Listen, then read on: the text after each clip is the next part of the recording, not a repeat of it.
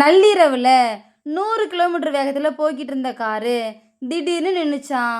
Driver சீட்டுக்கு பக்கத்து சீட்டில் உட்காந்து தூங்கிக்கிட்டு இருந்த ஒரு மனுஷனை டிரைவர் தட்டி எழுப்புனாராம். சார், பின்னாடி போய் உட்காருங்க, நீங்கள் தூங்கி தூங்கி வழியறத பார்த்தா எனக்கும் தூக்கம் வருது அப்படின்னு சொன்னாராம். தூங்கிக்கிட்டு இருந்த அந்த மனுஷன் பின்னால் போய் உக்காந்தானா. ஆனால் அவனுக்கு தூக்கம் வரவே இல்லையா. டிரைவர் சொன்ன வார்த்தையை பற்றியே அவன் யோசிச்சுக்கிட்டு இருந்தானா.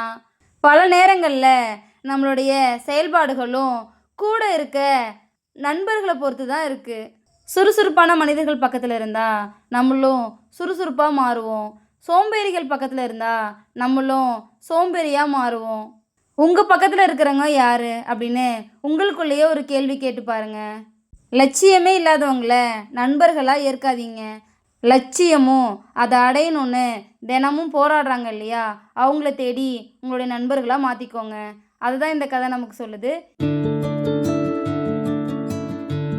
முன்னொரு காலத்தில் ஒரு காட்டில் ஆமை ஒன்று வசித்து வந்துச்சான். அந்த காட்டில் உள்ள குளத்துல நீர்லாம் வற்றி போனதுனால பக்கத்தில் இருக்க காட்டுக்கு போகலான்னு அது நினச்சிதான். ஆனால் ஆமைக்கு அதோடைய மனசில் ஒரு பெரிய குறை இருந்துச்சான். அது என்னன்னா, அது உடம்புக்கு மேலே இருந்த ஓட்டை அது சுமையாக நினச்சிதான்.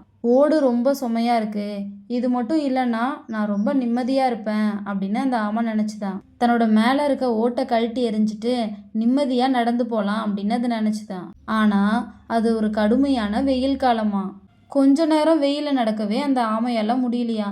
சரி, நம்ம இந்த ஓடை இப்போ மாட்டிக்கலாம், மழை காலம் வரும்போது இந்த ஓட்டை கழட்டிட்டு நம்ம நிம்மதியாக வாழலாம் அப்படின்னு நினச்சிதான். ஒரு வழியாக வெயில் காலம் முடிஞ்சு மழை காலமும் வந்துச்சான். அதுக்கு அவ்வளோ ஒரு சந்தோஷமா அந்த ஓடை கழட்டிட்டு அதை நிம்மதியாக மழையில் ஆட்டம் போட்டுச்சான். கொஞ்ச நேரம் மழையில் நனையவே அதால் முடியலையா. உடனே ஓடி வந்து அதோட ஓடை எடுத்து அது மாட்டிக்கிச்சான்.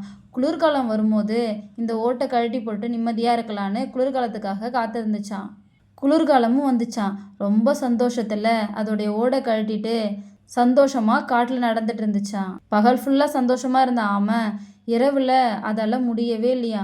உடம்பெல்லாம் நடுக்க ஆரம்பிச்சுதான். உடனே அதோட ஓடை தேடி ஓடிச்சான். ரொம்ப நேரம் தேடினதுக்கப்புறம் அதோட ஓடை கண்டுபிடிச்சிதான். அதை கண்டுபிடிச்சோன்னதுக்கு அவ்வளோ ஒரு சந்தோஷமா உடனே ஓடி போய் அந்த ஓட்டை எடுத்து அதை மாட்டிக்கிச்சான். அதுக்கப்புறம் தான் அந்த ஆமைக்கு புரிஞ்சுதான், இந்த ஓடு நமக்கு சுமை இல்லை, தன்னை காத்துக்கிறதுக்காக இயற்கை நமக்கு கொடுத்த கொடைன்னு.